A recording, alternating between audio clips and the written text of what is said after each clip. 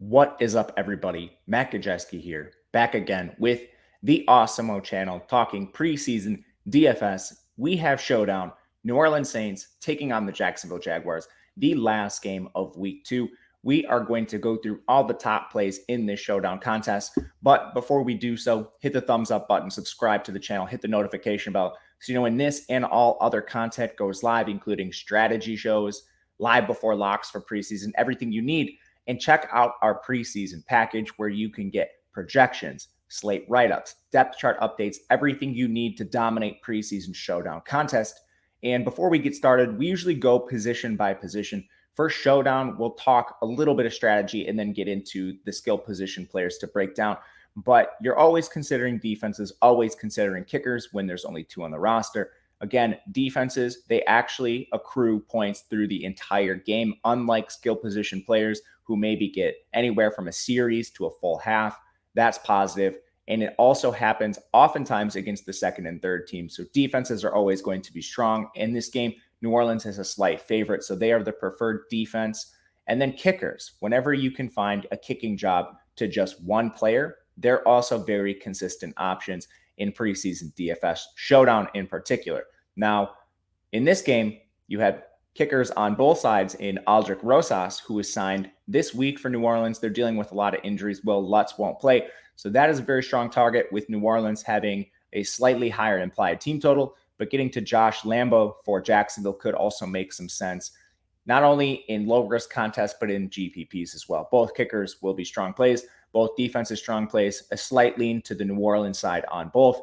And as you'll see, New Orleans is playing with a more condensed opportunity share today. And that begins with the quarterback position, where we have Jameis Winston starting the game. New Orleans will play 3 quarterbacks tonight, with Winston starting, Taysom Hill third, and Ian Book cleaning up whatever's left. Conversely, Jacksonville will play with 4, highlighted by Trevor Lawrence. However, we like to target the condensed opportunity share. Winston, a fantastic passer. Obviously, the old Tampa Bay signal caller, projected for 3.5 drives, about 1/3 of the game, just shy of 100 passing yards. He's at 92.1, 0.4 touchdowns. This is ahead of Taysom Hill, who does have rushing upside, but Taysom Hill did not use this rushing upside whatsoever in week 1 of the preseason. And that makes sense. They're not out there trying to actually win games. They're trying to evaluate their quarterback competition. And Taysom Hill needs to perform with his arm. So I do think that gives Jameis Winston a slight edge here in the quarterback battle.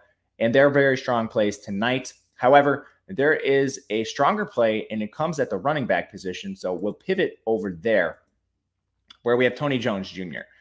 Among running backs, New Orleans will play with 4 tonight, not expecting to see Alvin Kamara. And Jacksonville will play with upwards of 6. So we're looking at a more condensed opportunity share on New Orleans. We have Tony Jones Jr. projected for 4 drives, just shy of 50 rushing yards, adding some receptions here too. When we look at New Orleans' backfield from week 1, you had Latavius Murray 15 snaps, the newly signed Devontae Freeman 19, but then Tony Jones Jr. played 23 and Dwayne Washington only played 6, making this virtually a 3-man committee.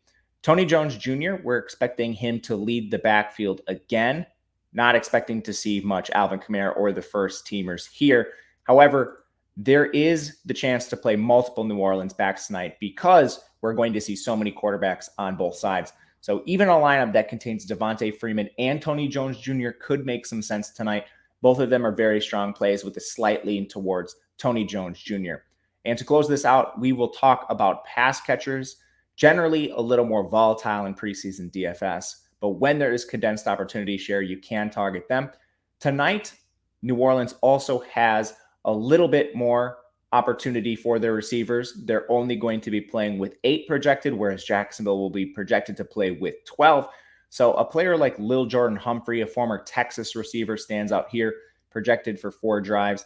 He projects just shy of 2 receptions and just over 21 yards receiving. In week 1, Humphrey played 34 snaps. That led the team slightly ahead of Ty Montgomery at 28 and Kaywan Baker at 24. And he's a back of the roster type player.